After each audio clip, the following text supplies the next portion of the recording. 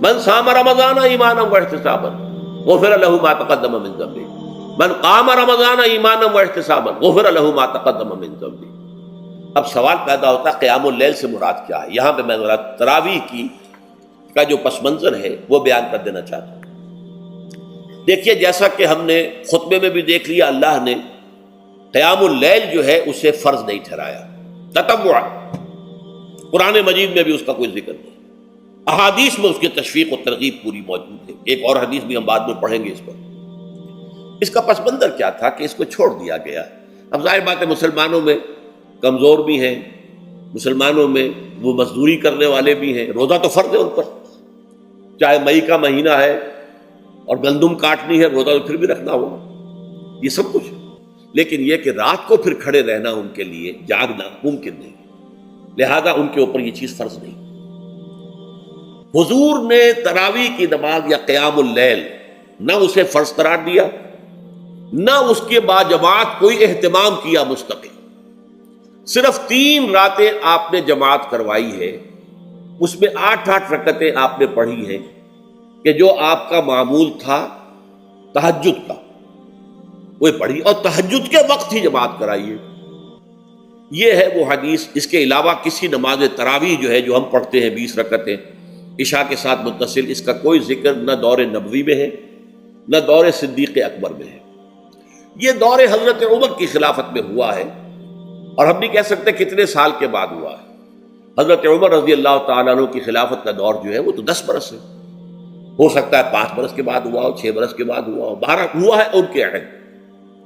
حضرت عمر ایک مرتبہ مسجد میں داخل ہوئے، مسجد نبوی میں، تو دیکھا کہ کچھ لوگ 8 10 12 جو ہیں وہ ایک جو ہے حافظ کے پیچھے کھڑے ہوئے اور قرآن سن رہے ہیں، کچھ دوسرے کونے میں کھڑے ہیں، کچھ کہیں اور کھڑے ہیں، مختلف جماعتیں ہو رہی ہیں۔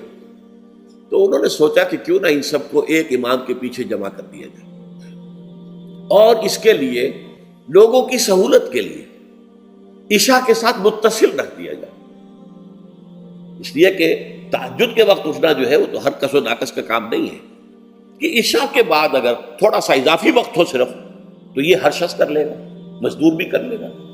لہذا آپ نے یہ نظام تجویز فرمایا کہ عشاء کے متصلاً بعد 20 رکعت نماز پڑھی جائے اور ایک امام کے پیچھے پڑھی جائے۔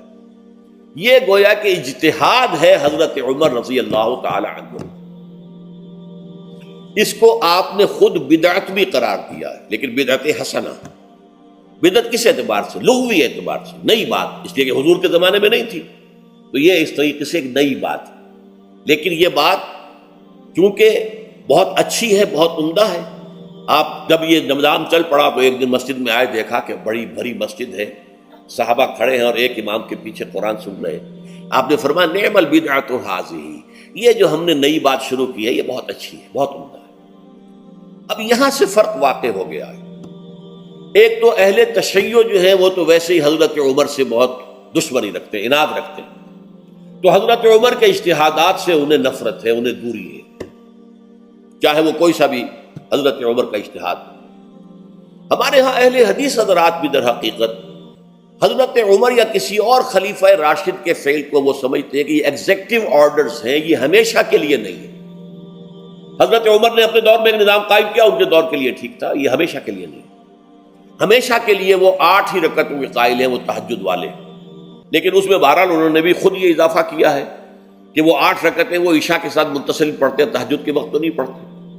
اور حضور نے تو صرف 3 روز جو ہے وہ کرائی تھی جماعت، وہ لوگ 30 دن یا 29 دن پڑھ رہے ہیں، تو اضافہ تو انہوں نے بھی کر دیا، وہ نظام میں تبدیلی تو ہو گئی۔ لیکن اہل سنت جو کہلاتے ہیں، ہمارے جو 4 جو ہیں، جو ہمارے مسلک ہیں، حنفی، مالکی، شافعی، حنبلی، ان کا اتفاق ہے اس پر حضرت عمر کا، کیونکہ ان کے سامنے اصول یہ ہے کہ حضور نے فرمایا علیکم بسنتی وسنت الخلفاء الراشدین المہدیین، تم پر لازم ہے کہ میری سنت کو پکڑو مضبوطی کے ساتھ، اور میرے خلفاء راشدین مہدیین جو ہیں ان کی سنت کو پکڑو۔ اس اصول سے یہ چاروں فقہیں جو ہیں حضرت عمر کے اجتہادات جو ہیں ان کو بھی پابندی سمجھتے ہیں کہ تمام عمر کے لیے قیامت تک کے لیے امت مسلمہ پر ان کی پیروی لازم ہے، لہذا اس میں اجماع ہے۔ اور یہاں تک کہ یہ سب سے آخری جو اس میں مسلک پیدا ہوا ہے زمانی اعتبار سے سب سے پہلے مسلک جو ہے حنفی پیدا ہوا ہے، پھر مالکی پیدا ہوا ہے، پھر شافعی پیدا ہوا ہے، اور پھر حنبلی آخری ہے۔ اور امام احمد ابن حنبل بہت بڑے محدث بھی ہیں۔ مسند احمد ابن حنبل جو ہے وہ بہت بڑی کتاب ہے، بہت اہم کتاب ہے، جامع کتاب ہے۔ تو ان کے ہاں بھی 20 رکعتیں ہیں۔ چنانچہ حرمین شریفین میں، سعودی عرب میں، مکے اور مدینہ منورہ میں جو نماز تراویح ہوتی ہے اس کی 20 رکعتیں ہیں، لیکن اہل حدیث حضرات جو ہیں وہ اس 8 کے اوپر اکتفا کرتے ہیں۔ بہرحال یہ ایک اختلاف ہے جو میں نے اس کا پس منظر بیان کر دیا۔ لیکن اس 20 رکعت نماز سے ادا کرنے سے، جو کہ زیادہ سے زیادہ 50 منٹ یا 1 گھنٹہ لگتا ہے، اس سے وہ قیام اللیل کا حق ادا نہیں ہوتا۔ قیام اللیل کا تو کچھ اور ہی تقاضا ہے۔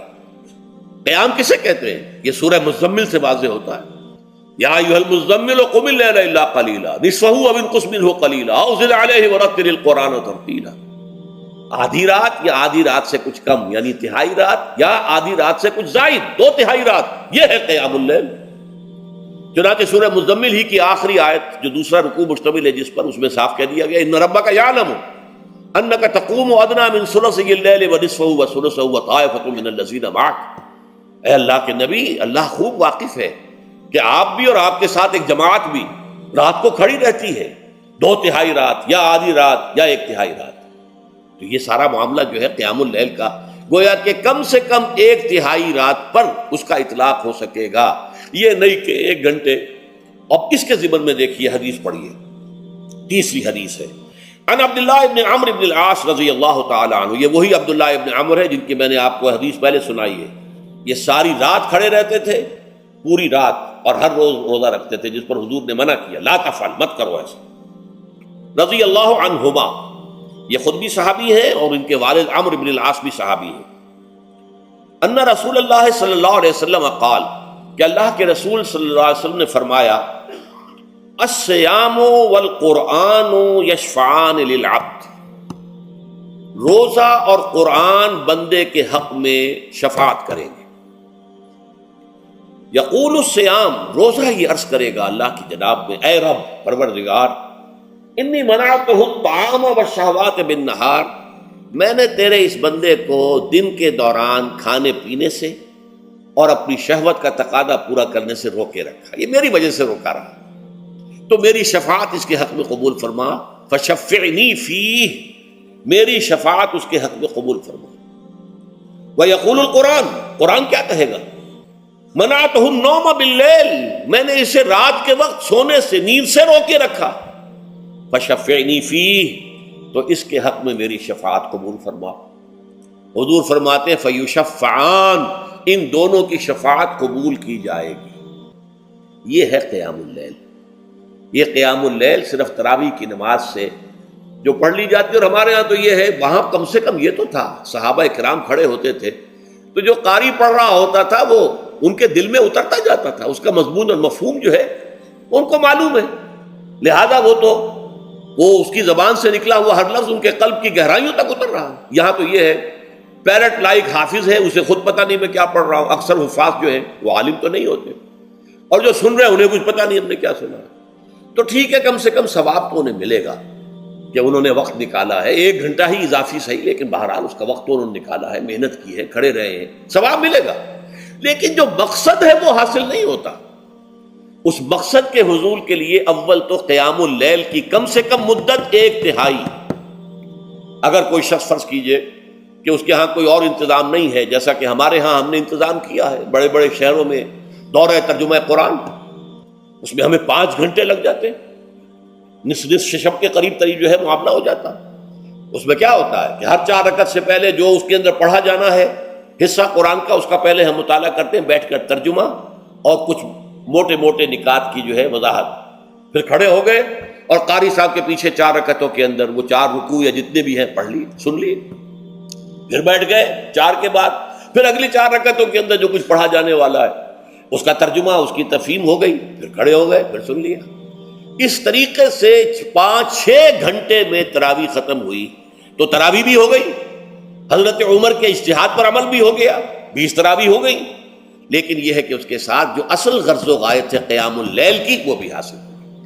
یہ ہم نے 17 سال پہلے شروع کیا تھا یا 18 سال پہلے، اور وہ انشاءاللہ اللہ کے فضل و کرم سے اب چل رہا ہے، بڑے بڑے شہروں میں ہو رہا ہے۔ لاہور میں جن مقامات پر ہو رہا ہے وہ تازہ جو ندائے خلافت ہے اس کے اندر آپ اس کی فہرست دیکھ لیں۔ کراچی میں تو اس سے غالباً 3 گنا مقامات کے اوپر وہ کام ہو رہا ہے، اور دوسرے شہروں میں بھی ہو رہا ہے۔ تو اس سے در حقیقت وہ غرض و غایت، وہ حکمت جو ہے پوری ہوتی ہے کہ یہ دونوں چیزیں پیرلل ہیں۔ من صام رمضان ایمانا واحتسابا غفر له ما تقدم من ذنبه ومن قام رمضان ایمانا واحتسابا غفر له ما تقدم من ذنبه۔ تو صیام اور قیام جو ہے ان دونوں کا حق ادا ہو جاتا ہے۔